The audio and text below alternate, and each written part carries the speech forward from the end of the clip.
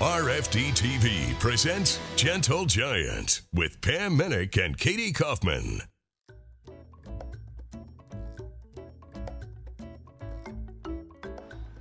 This week, Gentle Giants is in Southern California, where we'll show you how horses play an important part in the Tournament of Roses festivities. Typically, when you think of the Rose Parade, it's the thousands of flowers that adorn the beautiful floats that come to mind, but we'll learn about the history of heavy horses right here in Pasadena. Stay with us. Gentle Giants hitches up at the Rose Parade right after this.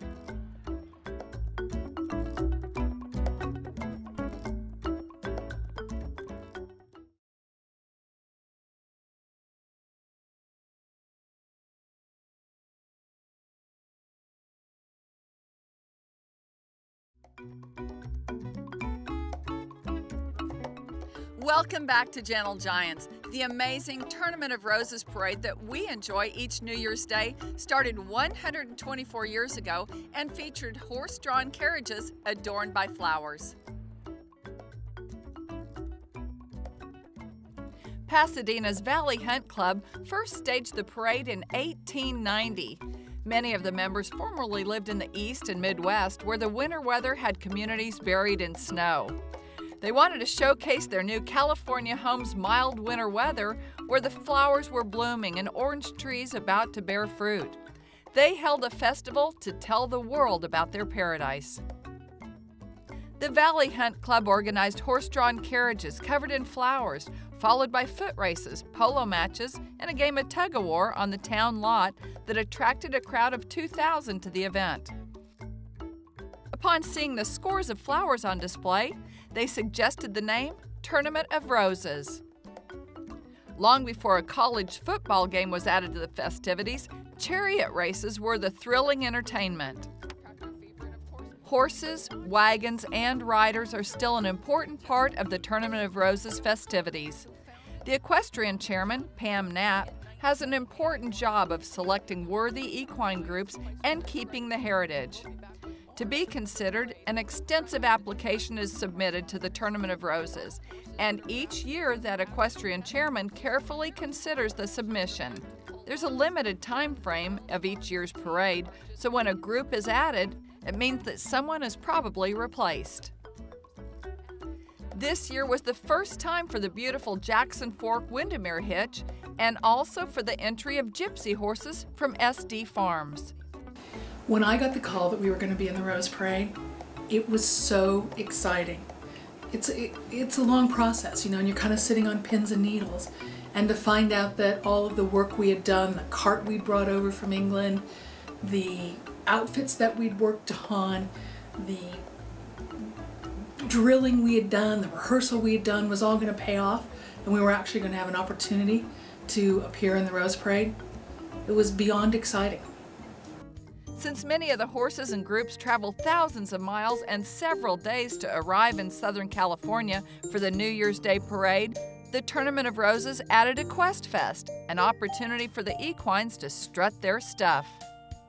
The Los Angeles Equestrian Center in nearby Burbank is the perfect place to house the horses. The drill teams can entertain the crowd in this arena that they can't do on the 5-mile parade route along Colorado Boulevard in Pasadena. Equest Fest is traditionally held 3 days prior to New Year's Day, which means for those traveling long distances, they spend Christmas Day on the road. The 6-horse Black Percheron hitch of Jackson Fork Lodge and Windermere Farms came from Pennsylvania, just shy of 2,600 miles. They spent more than 6 days on the road. While it's usually sunny in Southern California, a much-needed rain began to fall on the Saturday of Equest Fest. It didn't dampen the spirits of these exhibitors, but it did cause some challenges. The process for the Rose Parade actually starts with an amazing event at the LA Equestrian Center called Equus Fest. All the horses are given 5 minutes to do a demo to sort of show the audience, the people who've come to attend Equus Fest, which every equine unit that's going to be in the Rose Parade has to attend. And then everybody does a demo, and it's an opportunity, like I said, to show the audience what your breed is all about, and it's a day-long event. And it was fabulous, except it poured rain. The event itself was tremendous. The rain was not so great, and it was funny because, you know, there are a lot of other breeds of horse there who do not have feather. Getting the gypsy horses from their stall into the arena, now that was a challenge because that feather is like a wick for water and mud. And we had plenty of them at EquusFest this year. EquusFest began with all the drill teams coming together for an amazing opening ceremony with fast-moving horses and colorful flags.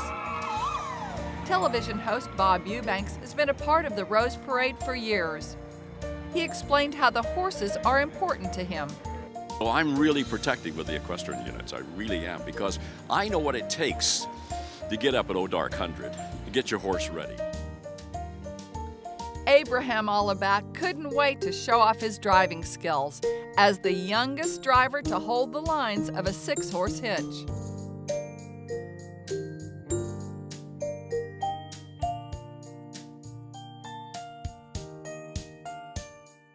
Stay with us, more beauty from the Tournament of Roses Parade when Gentle Giants returns.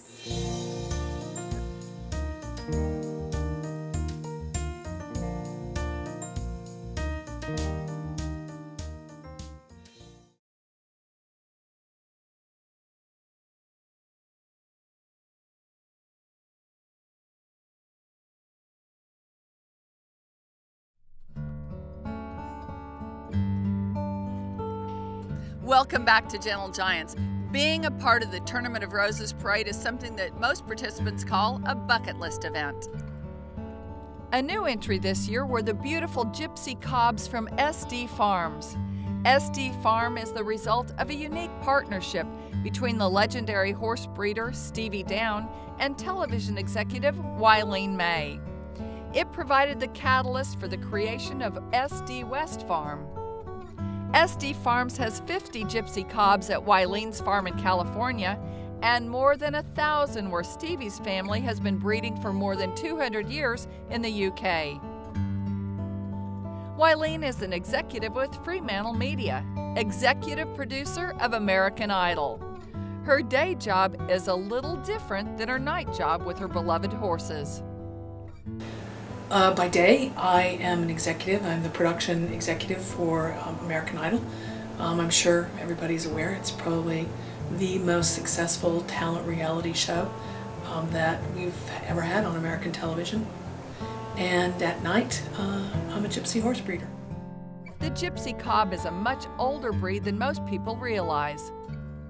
While most Europeans were familiar with the breed, it was not held in high regard due to the prejudice against the gypsy community. It is a breed born of purpose, fueled by necessity. It was not some romantic, idyllic lifestyle that drove the gypsy community to create this horse. It was simply a matter of survival. The traveler family needed a kind, willing, and dependable horse to pull their wagon, essentially their home on wheels. The perfect gypsy cob is a horse that was built to work. It should have a nice short back. A mare's back will be a little longer because she's got to accommodate a foal, but they should have a nice short back. They should have a nice apple butt. It should be rounded. It should not be like a ski slope. It really should look like an apple. They need to have a lot of bone, you know, very thick legs and nice flat joints.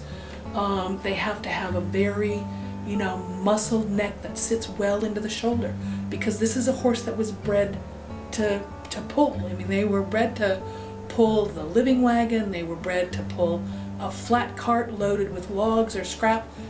They needed to be built that way in order to do the job. You know, they've been bred to have a nice sweet head that's proportionate to their height. And then there's the feather. But the feather and the mane is the icing on the cake. The conformation and the temperament are what really makes the gypsy horse special. SD Farm is a family business. Steve is an exceptional trainer. All of the horses trained to drive here at SD Farms are started by Steve. It's love and a passion for them, and when you walk out a field like this and you walk amongst them and you can see, you know, grannies, aunts, sisters, mums, you know, like I said, I'll never ever be rich, and I'll never own that mansion on the hill. But what I got with these horses, money can't buy. The cart that we used in the Rose Parade is a very special cart. It's been in Stevie's family for probably 40 or 50 years, and the cart itself is 100 years old. We brought it over from England specifically so that we could use it if we were accepted into the Rose Parade. We started getting ready the minute we decided we were going to apply. So we started in February, rehearsing, deciding which horses, getting riders to work with each of the horses. The riders were coming out and working with their specific horse 12 to 14 hours a week. And every Sunday, I would be a part of the rehearsal and go along, you know, where we were going to ride, look at how the formation was, who was behaving, who wasn't stepping up properly. We did that from February until we stepped out onto the Rose Parade route January 1st. I've been a horse owner for 20 years, but I didn't decide to become a horse breeder until I discovered gypsy horses. And that decision to become a breeder didn't actually become real until I met Stevie Down.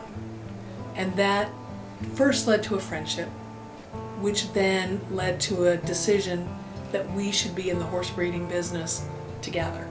And for me, obviously, to suddenly now have access to the kind of knowledge that Stevie has about this breed, you can't put a price on that. Obviously, Stevie's family in England, his children, his son Steve, his daughters, Janie, Josie, Bonnie, Dixie, they are the ones who, you know, provide the real day-to-day care and management of that herd in England. But that herd in England is as much a part of SD Farm as the 50 horses here. I mean, Stevie and I are partners 50-50 on both sides of the pond. Don't go anywhere. When we come back, we'll learn just how early all these participants have to get up for the parade route when we return.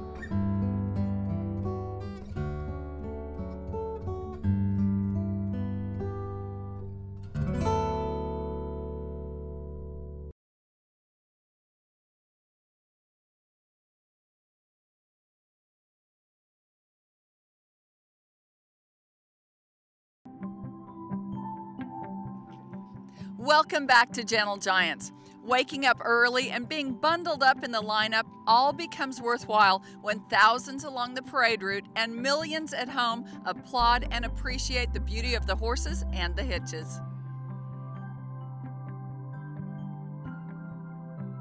It hits you that you're actually going to be in the Rose Parade when you can see the floats passing, like, you know, maybe 100 feet from where you're waiting to actually get put into the parade, and you're going, oh my God, I've been watching the Rose Parade since I was a little girl living in Rock Rapids, Iowa, and now here I am, you know. We're going to go out and be a part of it. Grand Marshal Dr. Jane Goodall makes her way down Colorado Boulevard in an 1800s carriage provided by Frank Leidendiker. He is credited with keeping the Friesian line pure in the U.S. and founded the Friesian Horse Association of North America. He came from Friesland, Netherlands in 1976 and shipped a stallion and 2 pregnant mares. The ancestors of Friesians were in great demand as war horses.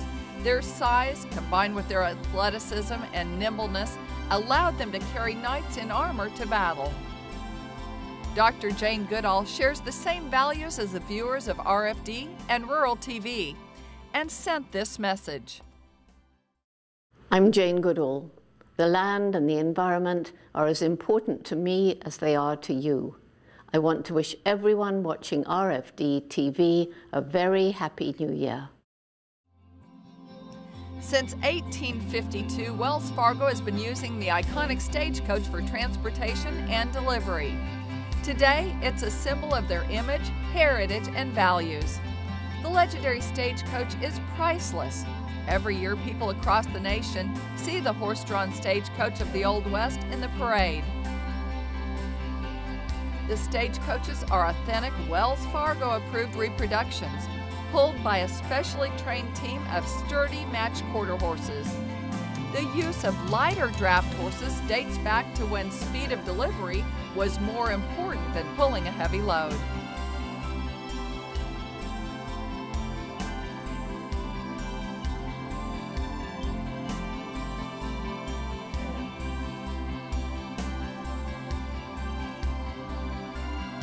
Medieval Times entry features the pure bloodline of the Andalusian horse, a Spanish breed that served royalty in the 11th century. This was their 27th Rose Parade appearance.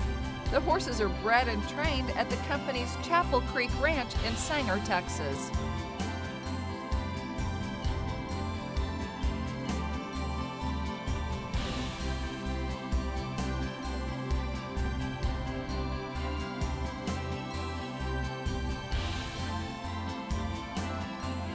Here is the Valley Hunt Club, which is still active. They began the Rose Parade tradition in 1890. These Frisian horses make a beautiful sight as they ride and drive in the parade.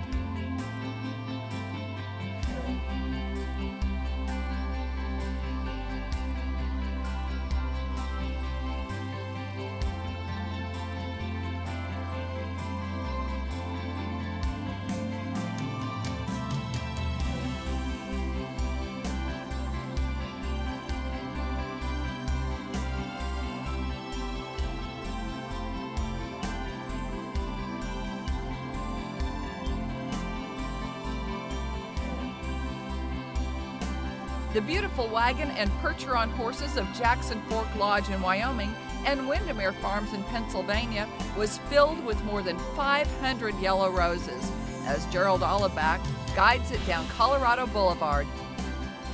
Joe and Marlene Ricketts and their family enjoyed watching the parade and all of the festivities this week.